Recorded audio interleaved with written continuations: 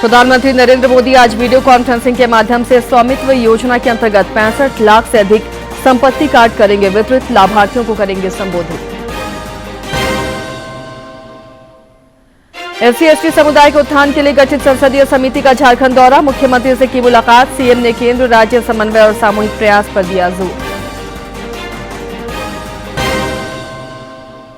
जामताड़ा से 3 साइबर अपराधी गिरफ्तार, 8 मोबाइल, 14 फर्जी सिम कार्ड, 2 ATM और 1 मोटरसाइकिल बरामद। कोडरमा RPF ने गांजा की बड़ी खेप को पकड़ा। और कोडरमा में 10 दिवसीय सांसद खेल महोत्सव संपन्न, केंद्रीय मंत्री अन्नपूर्णा देवी ने खिलाड़ियों को किया पुरस्कृत। सांसद खेल महोत्सव को बताया प्रतिभा प्रदर्शन का बेहतरीन मंच।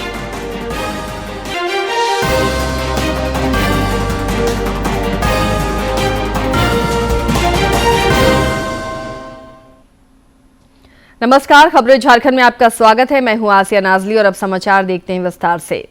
प्रधानमंत्री नरेंद्र मोदी आज वीडियो कॉन्फ्रेंसिंग के माध्यम से स्वामित्व योजना के अंतर्गत 65 लाख से अधिक संपत्ति कार्ड वितरित करेंगे।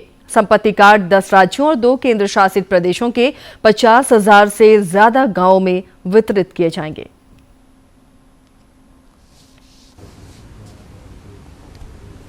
प्रधानमंत्री स्वामित्व योजना के अंतर्गत ग्रामीण क्षेत्रों में भूमि के रिकॉर्ड को डिजिटल रूप में तैयार किया जाता है, जिससे लोगों को अपनी जमीन पर मालिकाना हक का अधिकार मिलता है।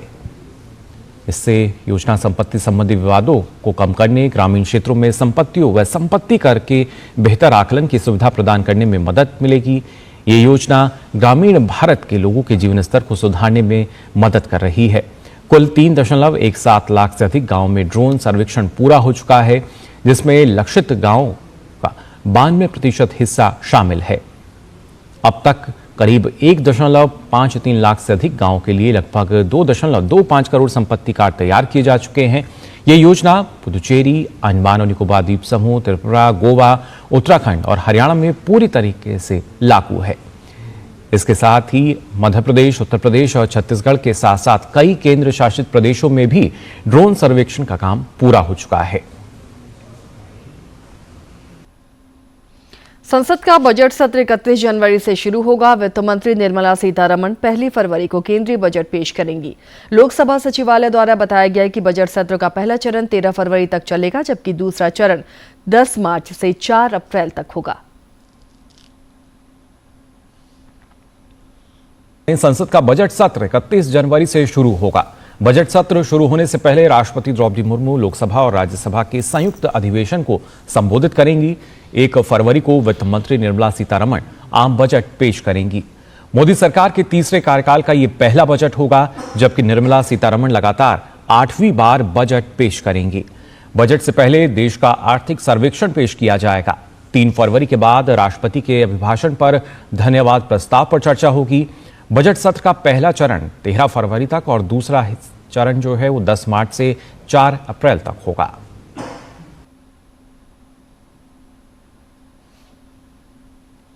SC/ST समुदाय के उत्थान के लिए गठित संसदीय समिति इन दिनों झारखंड के दौरे पर है। अध्ययन भ्रमण के क्रम में रांची पहुंची टीम के सदस्यों ने राजधानी रांची में मुख्यमंत्री हेमंत सोरेन से शिष्टाचार मुलाकात की। इस मौके पर मुख्यमंत्री और संसदीय समिति के सदस्यों के बीच अनुसूचित जाति और अनुसूचित जनजाति के कल्याण के लिए चलाई जा रही विभिन्न योजनाओं समेत कई विषयों पर विस्तार से विचार विमर्श हुआ। मुख्यमंत्री ने अनुसूचित जाति और अनुसूचित जनजाति के उत्थान के लिए केंद्र और राज्य सरकार को मिलकर काम करने पर जोर दिया। उन्होंने कहा कि अनुसूचित जनजाति और अनुसूचित जाति के विकास में भागीदारी मजबूत करने के लिए ठोस नीति बनाकर उसे योजनाबद्ध तरीके से धरातल पर उतारना होगा, ताकि उन्हें सरकार द्वारा संचालित तमाम योजनाओं का ज्यादा से ज्यादा लाभ मिल सके। मौके पर संसदीय समिति के अध्यक्ष सह लोकसभा सदस्य डॉक्टर फग्गन सिंह कुलस्ते, डॉक्टर मल्लू रवि, सांसद विष्णुदयाल राम समेत कई अन्य सदस्य मौजूद रहे। संसदीय समिति के सदस्यों ने कांके प्रखंड के चुटू पंचायत के रेंडो गांव क्षेत्र का भ्रमण किया। इस दौरान समिति के सदस्यों ने खेती की उन्नत तकनीक के सहारे कृषि के क्षेत्रों में हो रहे कार्यों की जानकारी ली। समिति के सदस्यों ने रोजगार सृजन के क्षेत्र में इलाके में हुए कार्यों की सराहना भी की। आकांक्षी जिले में हो रहे विकास कार्यों का केंद्रीय सूचना एवं प्रसारण सह संसदीय राज्य मंत्री डॉक्टर एल मुरुगन ने 2 दिनों तक जायजा लिया। दिल्ली रवाना होने से पहले उन्होंने पश्चिमी सिंहभूम जिले के जगन्नाथपुर और अन्य क्षेत्रों में आकांक्षी जिला कार्यक्रम के तहत हो रहे विकास कार्यों की जानकारी ली। उन्होंने कल जगन्नाथपुर प्रखंड में संचालित ITI कॉलेज और करंजरिया केज कल्चर मछली पालन केंद्र और PM श्री विद्यालय का निरीक्षण किया। इस दौरान डॉक्टर मुरुगन ने वर्ष 2047 तक विकसित भारत के लक्ष्य की प्राप्ति के लिए सभी क्षेत्रों के समावेशी विकास पर जोर दिया। बजट पर रायशुमारी का सिलसिला कल दूसरे दिन भी जारी रहा। प्रोजेक्ट भवन स्थित सभागार में आयोजित 2 दिवसीय बजट पूर्व संगोष्ठी में हर क्षेत्रों के जानकारों ने सुझाव दिए। संगोष्ठी के बाद मीडिया से बातचीत में वित्त मंत्री राधाकृष्ण किशोर ने कहा कि संगोष्ठी में कई महत्वपूर्ण सुझाव आए हैं, उन्हें बजट में शामिल करने पर विचार किया जाएगा। उन्होंने कहा कि उत्तर प्रदेश की तरह झारखंड में भी डीजल की कीमत कम की जा सकती है। ऐसा करने से मांग बढ़ेगी और राजस्व भी बढ़ेगा।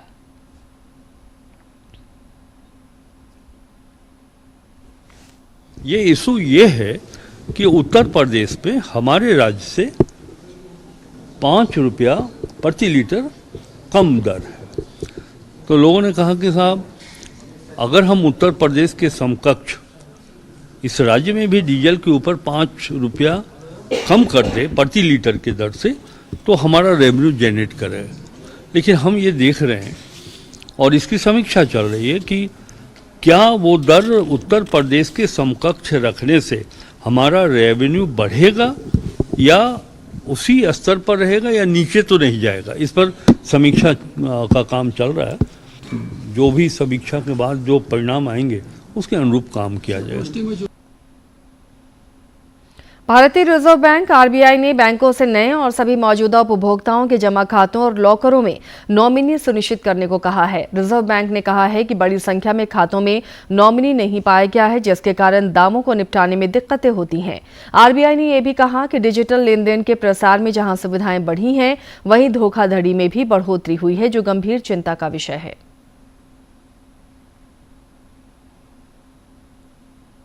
HMPV वायरस के खतरे को देखते हुए कोडरमा में स्वास्थ्य विभाग अलर्ट मोड पर है। वायरस से निपटने के साथ साथ वायरस से संक्रमित मरीजों के इलाज के लिए सदर अस्पताल में डॉक्टरों की टीम को तैनात कर दिया गया है। हालांकि जिले में एक भी संक्रमित मामले नहीं है, लेकिन इस संक्रमण से बचाव को लेकर स्वास्थ्य विभाग लोगों को जागरूक कर रहा है। Civil surgeon doctor Anil Kumar ने बताया कि फिलहाल इससे डरने की जरूरत नहीं है। उन्होंने लोगों को ठंड से बचने की सलाह भी दी है।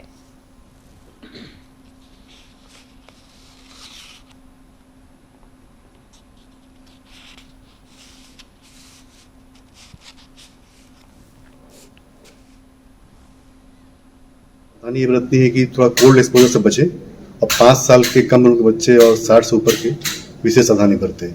वैसे कोई इसमें कोई घबराने की बात नहीं है, उतना डेडली नहीं जैसा कोविड था। कोल्ड के लिए, कॉमन कोल्ड के लिए, कफ के लिए तो वो सारी मेडिसिन है अवेलेबल।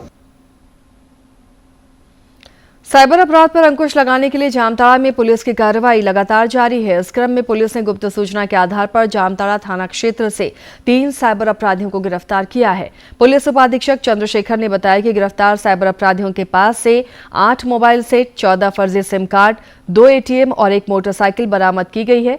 उन्होंने बताया कि साइबर अपराधी विभिन्न कंपनियों के कस्टमर केयर अधिकारी बनकर लोगों के खातों की गोपनीय जानकारी प्राप्त कर ठगी किया करते थे। साइबर जो अपराधी हमें मिले हैं उनके नाम इस प्रकार हैं: दीपक दास उम्र 22 वर्ष, सोमनाथ दास उम्र 20 वर्ष और विपिन दास उम्र 19 वर्ष। ये लोग मुख्यतः फेसबुक पर ऐड दे करके लोगों को क्रेडिट कार्ड बनाने के झांसे में उनसे उनके फ़ोन की स्क्रीन शेयरिंग एक्सेस ले लेते थे और फिर उनके टेक्स्ट मैसेजेस देख करके उनके क्रेडिट कार्ड डिटेल्स मांग करके उनके क्रेडिट कार्ड से पैसे अपने वॉलेट में ट्रांसफर कर लेते थे। इस तरीके की ठगी ये लोग करते थे, जो हमारी जांच में अभी तक सामने आई है। कोडरमा आरपीएफ ने ऑपरेशन नारकोस के तहत पुरुषोत्तम एक्सप्रेस से भारी मात्रा में गांजा की खेप बरामद किया है। ट्रेन में प्रतिबंधित सामानों के परिवहन की रोकथाम के लिए निगरानी कर रही टीम ने कोडरमा रेलवे स्टेशन पर पूरी नई दिल्ली पुरुषोत्तम एक्सप्रेस के दिव्यांग बोगी के बाथरूम के पास से संदिग्ध हालत में रखे गए एक पिट्ठू बैग को बरामद किया, जिसमें 2 प्लास्टिक में रखा हुआ गांजा का पैकेट पाया गया।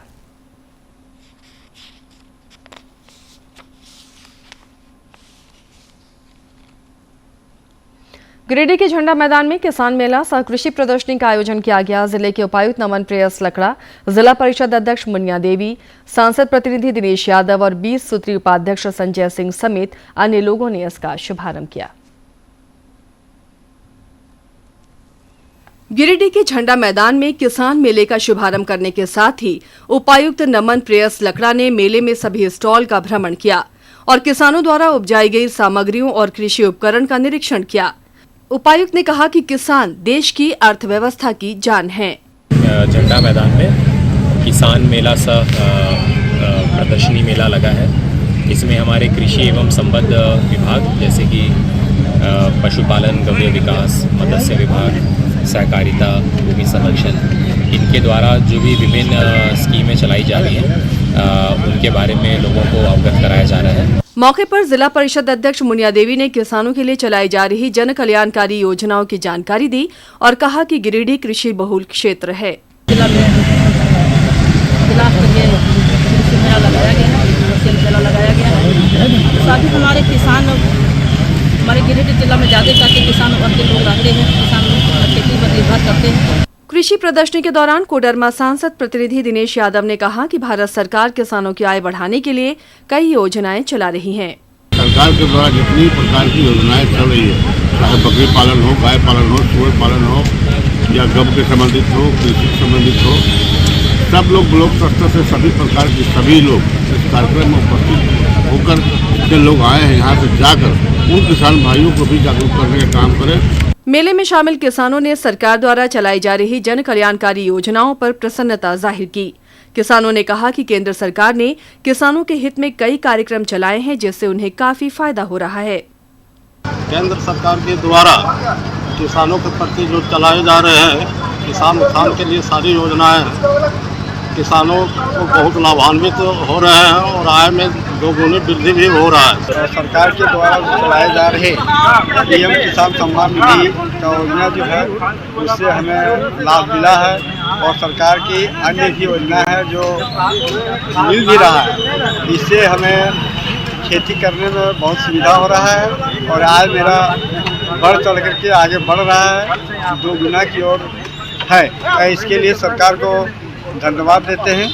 कृषि मेले में किसानों द्वारा लगाए गए उत्पादों को अन्य लोग भी देखने पहुंचे। गिरिडीह से रमेश प्रभाकर की रिपोर्ट। प्रयागराज महाकुंभ में देश विदेश से बड़ी संख्या में श्रद्धालु पहुंच रहे हैं। अब तक 7 करोड़ से ज्यादा श्रद्धालुओं ने आस्था की डुबकी लगाई है। 29 जनवरी को प्रयागराज में महाकुंभ के दौरान मौनी अमावस्या पर अमृत स्नान का आयोजन होगा, जिसकी तैयारी का आज रक्षा मंत्री राजनाथ सिंह जायजा लेंगे। त्रिवेणी संगम पर मौनी अमावस्या पर 8 करोड़ से ज्यादा श्रद्धालुओं और तीर्थयात्रियों के पवित्र स्नान करने की उम्मीद है। प्रयागराज के में संगम तट पर सनातन आस्था और संस्कृति के महापर्व महाकुंभ में देश विदेश से श्रद्धालुओं के पहुंचने का सिलसिला जारी है। हर कोई इस महाकुंभ में अमृत स्नान करने के लिए आ रहा है। इस बीच मेला क्षेत्र में स्थित हरिहर घाट पर गंगा आरती का भी आयोजन किया जा रहा है। ये आरती हर रोज शाम 6 बजे होती है। अब तक 7 करोड़ से भी ज्यादा श्रद्धालु त्रिवेणी में आस्था की डुबकी लगा चुके हैं। प्रयागराज महाकुंभ में आने वाले बुजुर्गों की सहूलियत का भी ध्यान रखा जा रहा है। सामाजिक न्याय और अधिकारिता मंत्रालय द्वारा वरिष्ठ जरूरतमंद बुजुर्गों को सहायता उपकरण उपलब्ध कराए जा रहे हैं। शारीरिक रूप से अक्षम और विकलांग लोग भी प्रयागराज महाकुंभ के दौरान त्रिवेणी के संगम में डुबकी लगाकर पुण्य लाभ ले रहे हैं और उनके इस प्रयास में मददगार साबित हो रहे हैं न्याय एवं अधिकारिता मंत्रालय की राष्ट्रीय व्योश्री योजना, जिसके तहत मेला क्षेत्र में पहुंचने वाले आर्थिक रूप से कमजोर और शारीरिक रूप से अक्षम वरिष्ठ नागरिकों को शारीरिक सहायता और सहायक उपकरण वितरण किए जा रहे हैं ताकि वे भी आसानी से मेला क्षेत्र में घूम सकें। इस प्रयास के तहत अब तक 500 वृद्ध लोगों को उनकी समस्याओं के अनुरूप 30 लाख से ज्यादा सहायक उपकरण वितरित किए जा चुके हैं। इस योजना का लाभ लेने के लिए मेला क्षेत्र में आने वाले 60 वर्ष या उससे अधिक उम्र के लोगों को सेल्फ डिक्लेरेशन देना पड़ता है कि उनकी आय प्रतिमाह 15,000 रुपये से ऊपर नहीं है। इसके बाद उनका ऑनलाइन रजिस्ट्रेशन किया जाता है। उसके बाद उनकी समस्या सुनी जाती है और उनके अनुरूप उपकरण प्रदान किए जाते हैं। महाकुंभ में करीब 30 करोड़ के उपकरण बांटे जाने का एलिम्का ने लक्ष्य रखा है। पहले जांच होता है कि इनको क्या सामान चाहिए, उनको लिखा जाता है इसमें, फिर आगे जाके उनका पंजीकरण होता है। नेक्स्ट हमारे इसमें उनका आधार और उनका डिटेल भरा जाता है और इनको एक यहाँ से एक स्लिप मिलता है जिससे कि सामान क्या क्या मिलेगा वो लिखा जाता है। यहाँ पंजीकरण होता है। गांठ का दर्द, कमर का दर्द, पीठ की समस्या जैसी उम्र जनित बीमारियों से परेशान हो चुके बुजुर्गों को जब यह उपकरण मिलते हैं तो उनकी खुशी का ठिकाना नहीं रहता है। इसके लिए वो प्रधानमंत्री को धन्यवाद देते हुए नहीं थकते हैं। इनका कहना है कि सरकार बुजुर्गों का बहुत ख्याल रख रही है। ये छड़ी है जिनमें पता है का कवर बेट है, ये पैर का घुटने का है, पैर घुटने का गद्दी है, छड़ी है। फ्री मिला है आपको? फ्री दिया है। मेरे को 2 घुटनों बैठने के लिए बहुत दिक्कत है, उठने के लिए दिक्कत है। कमर में वो तो दर्द हो रहा है, इसमें भी दर्द हो रहा है घुटनों, और कमर से ज़्यादा शक्ति नहीं है, ये दर्द हो रहा है। इसलिए सरकार ने ये व्यवस्था कर दी है फ्री में। जो हमारा देश बहुत ऊंचा जा रहा है, ऊंचा चढ़ रहा है और हम लोग बड़े सुखी हैं, आनंद है। मगर जो हमारी दुख तकलीफ की हमारी सुन रहे हैं वो सरकार हमको बहुत अच्छी है, बहुत अच्छी है। उन बुजुर्गों के लिए यह योजना किसी सपने के पूरे होने से कम नहीं है, जिनके अपने भी उनकी समस्याओं के कारण उनसे किनारा करने लगते हैं। ऐसे में यह उन्हें एक तरह से नई जिंदगी प्रदान कर रहा है। रामेंद्र सिंह, डीडी न्यूज़, महाकुंभ नगर, प्रयागराज। अंतर्राष्ट्रीय किन्नर जूना अखाड़ा ने देवघर के किन्नर समाज की मालकिन रोज नंद गिरी को महामंडलेश्वर घोषित किया है। प्रयागराज में आयोजित कुंभ मेले में जूना अखाड़ा द्वारा इन्हें यह जिम्मेदारी सौंपी गई। देवघर पहुंचने पर स्थानीय लोगों ने उनका जोरदार स्वागत किया। महामंडलेश्वर रथ पर सवार होकर बाबा मंदिर पहुंची और मंदिर में पूजा करने के बाद पुरोहितों से आशीर्वाद लिया। इस अवसर पर उन्होंने कहा कि देवघर की किन्नर समाज की मालकिन होने के नाते लगातार वो जनसेवा करती रही हैं और अब उनकी जिम्मेदारी और बढ़ गई है।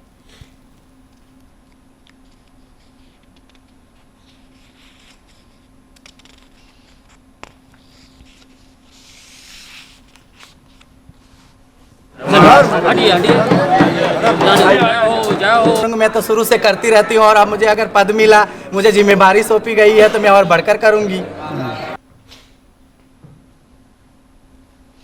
जमशेदपुर के स्थानीय भुइयाडीह दुर्गा पूजा मैदान में झारखंड सांस्कृतिक कला रंगमंच के द्वारा विशाल टूसू मेले का आयोजन हुआ। इस दौरान खास और आम सभी की भागीदारी दिखी। जमशेदपुर के स्थानीय भुइयाडीह दुर्गा पूजा मैदान में विशाल टूसू मेले में क्षेत्रीय परंपराओं और संस्कृति को जीवंत रूप में प्रस्तुत किया गया।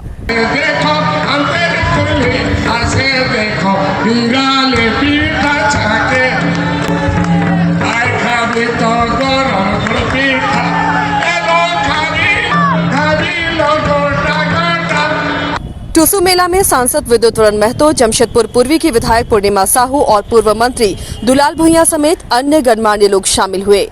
सभी ने टूसू पर्व की बधाई और शुभकामनाएं देते हुए इसे झारखंड की समृद्ध सांस्कृतिक विरासत का प्रतीक बताया। झारखंड के मूलतः टूसू पर्व झारखंड के सांस्कृतिक विरासत है। बोलिए तो एक सांस्कृतिक अलंकार के रूप में मानते हैं। इसका इंगित किया है धान कटी के बाद पौष संक्रांति के शुभ अवसर पर इस मेले के आयोजन किया जाता है। आप सबों को मकर संक्रांति की, टूसू पर्व की, पोंगल पर्व की, बिहू पर्व की ढेर सारी शुभकामनाएं और बधाई देती हूँ। इस दौरान अतिथियों ने सर्वश्रेष्ठ टुसु प्रतिमा का पुरस्कार पश्चिम बंगाल के दुआरसिनी कुचिया के रमेश महतो और उनकी टीम को दिया। वहीं चौड़ल में प्रथम पुरस्कार बोड़ाम के गुमानडीह के आसरू सिंह ने जीता। जमशेदपुर से राजेश कुमार लालदास की रिपोर्ट।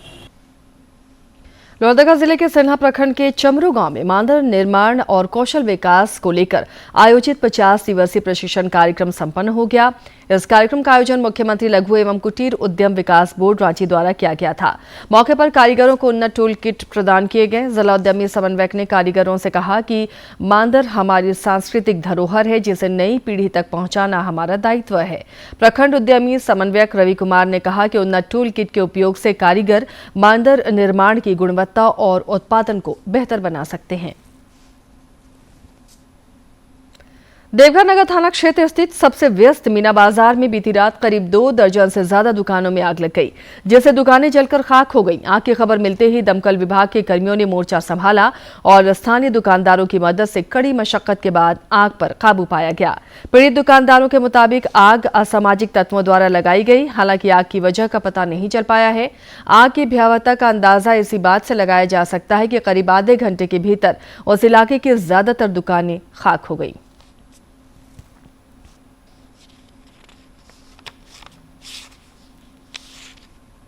दुकान बंद करके सब यहाँ से गए थे सर। हम लोग को फोन आया करीब 11:30 पौने 12 कि यहाँ पर दुकान में आग लग गई है। करीब 1 दर्जन से ज्यादा दुकान आग से झुलस के राख हो गई है। इसमें शॉर्ट सर्किट का कोई सवाल ही नहीं है। ये जो भी लगाया है और सामाजिक तत्वों का लगाया है और दमकल वाले का खेल के कारण 20-25 दुकान जल गया है, जबकि 1 से 2 दुकान जलता अगर दमकल सही समय पे आने के बाद। जब प्रशासन की मांग की जाती है सुरक्षा के लिए तो प्रशासन क्यों सोती हुई है? हमारा पेट का सवाल है, हमारे बाल बच्चा कहाँ भविष्य के चारों गेट में हमारा गेट दिया जाए जो हमारे समाज की सुरक्षा रह सके। उसका कोई सुरक्षा नहीं दे रहा प्रशासन, उपायुक्त। 50 लाख की ठेका है मंडी में, तब पर इसका कोई देनदार नहीं है। कोडरमा जिले के झुमरी तरैया के CH स्कूल मैदान में सांसद खेल महोत्सव का कल देर शाम समापन हो गया। 10 दिनों तक चले इस खेल महोत्सव में विभिन्न खेल प्रतिस्पर्धाएं आयोजित की गईं, जिसमें जिले भर के सरकारी और गैर सरकारी स्कूलों के अलावे 1390 प्रतिभागियों ने हिस्सा लिया। फुटबॉल में बालक वर्ग का खिताबी BBC की टीम ने जीता। वहीं बालिका वर्ग में फुटबॉल का फाइनल मुकाबला ढाबा की टीम ने जीता। केंद्रीय मंत्री अन्नपूर्णा देवी ने विजेता और उपविजेता टीम के अलावा बेहतर प्रदर्शन करने वाले खिलाड़ियों को पुरस्कृत किया। इस मौके पर उन्होंने कहा कि खेल के क्षेत्र में खिलाड़ियों को सांसद खेल महोत्सव के जरिए PM मोदी ने एक बेहतर मंच दिया है, जिसके जरिए प्रतिभावान खिलाड़ी राष्ट्रीय और अंतर्राष्ट्रीय स्तर पर अपनी पहचान बना सकते हैं। मैदान से लेकर ओलंपिक तक में पदक लेकर आए, तो इसके लिए जो प्रयास है तो उसको आगे बढ़ाने की दिशा में ये भी एक कदम है और लगातार खिलाड़ियों को प्रोत्साहित करने का भी काम करते हैं हमारे स्कूल। यही अपेक्षा है कि जिले के खिलाड़ी बेहतर करें, एक अच्छा प्रदर्शन करके। वो सिर्फ एक छोटा सा मैदान कोडरमा जिला ही नहीं, जिला से लेकर राज्य और राष्ट्रीय और अंतर्राष्ट्रीय स्तर पर भी अपनी प्रतिभा को दर्शाए। रांची में आयोजित 68वीं राष्ट्रीय स्कूली खेल प्रतियोगिता के अंतर्गत साइकिलिंग और टेनिस प्रतियोगिता का आज दूसरा दिन है। प्रतियोगिता में खिलाड़ियों के बीच जबरदस्त प्रतिस्पर्धा देखने को मिल रही है। विधायक राजेश कच्छप ने कल दोनों प्रतियोगिताओं का उद्घाटन किया और खिलाड़ियों का उत्साह बढ़ाया। साइकिलिंग स्पर्धा में देश भर की 16 टीमें हिस्सा ले रही हैं, जबकि 26 टीमों के खिलाड़ी टेनिस में अपना दम दिखा रहे हैं। इन दोनों प्रतियोगिताओं में कुल 524 खिलाड़ी हिस्सा ले रहे हैं। गौरतलब है कि इससे पहले राष्ट्रीय स्कूली खेल के तहत रांची में सफलतापूर्वक एथलेटिक्स प्रतियोगिता का आयोजन हुआ था।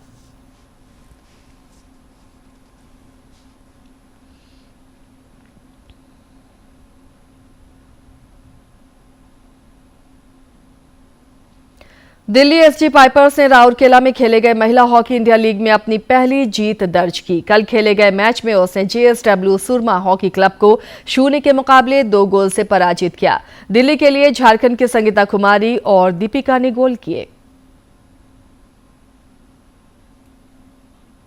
बंसरी सोलंकी गुजरात से हैं। स्वागत कीजिए दोनों टीम्स का। नवनीत कौर की टीम की बात ये थी कि टीम 2 मुकाबले जीत चुकी है। सलीमा का नाम सूची में है जरूर। कविता जैसी गोलकीपर अगर आपके गोल पोस्ट फेवरेट की तरह शुरुआत करेगी इस मुकाबले। खो खो विश्व कप में मेजबान भारतीय पुरुष और महिला दोनों टीमें अपने अपने वर्ग के सेमीफाइनल में पहुंच गई हैं। भारतीय पुरुष टीम ने श्रीलंका को हराकर सेमीफाइनल में प्रवेश किया, जबकि महिला टीम ने बांग्लादेश को पराजित कर सेमीफाइनल में जगह बनाई है। दोनों ही टीमों ने पूरे टूर्नामेंट में शानदार प्रदर्शन कर अपने सभी मैचों में जीत हासिल की। भारत के पुरुष और महिला खो खो टीमों ने शानदार प्रदर्शन करते हुए खो खो विश्व कप के सेमीफाइनल में प्रवेश कर लिया है। भारतीय टीमों ने अपने अपने क्वार्टर फाइनल मुकाबलों में दमदार प्रदर्शन कर प्रतिद्वंद्वी टीमों को हराया। पुरुष वर्ग में भारत ने श्रीलंका को हराकर सेमीफाइनल में जगह बनाई। भारतीय पुरुष टीम ने कप्तान प्रतीक वायकर, रामजी कश्यप और आदित्य गणपुले की अगुवाई में शानदार खेल दिखाते हुए श्रीलंका को 140 के बड़े अंतर से हराया। महिला वर्ग में बांग्लादेश को हराकर भारतीय टीम सेमीफाइनल में पहुंची। कप्तान प्रियंका के नेतृत्व में भारतीय महिला टीम ने बांग्लादेश को 109-16 के विशाल अंतर से हरा दिया।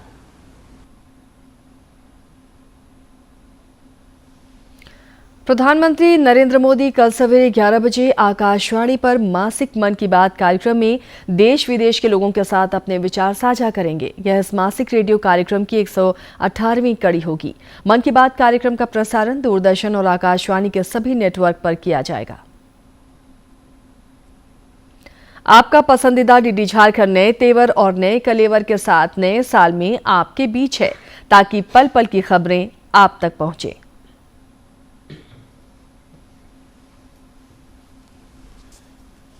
आपका अपना पसंदीदा डीडी झारखंड, गांव से लेकर कस्बों और शहरों तक की है धड़कन।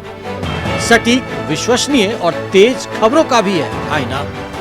राजनीति के मंच से सत्ता के गलियारों तक, खेत से खलिहान और मनोरंजन से इंफोटेनमेंट तक, खेल के मैदान से रंगमंच की खबरों तक, सब कुछ देखिए हमारे प्रादेशिक समाचार में हर रोज दोपहर 12:30, शाम 6:30 और 7:30 बजे, सिर्फ और सिर्फ डीडी झारखंड पर। इसके साथ ही इस बुलेटिन में फिलहाल इतना ही, लेकिन चलते चलते एक बार फिर से नजर डालते हैं सुर्खियों पर।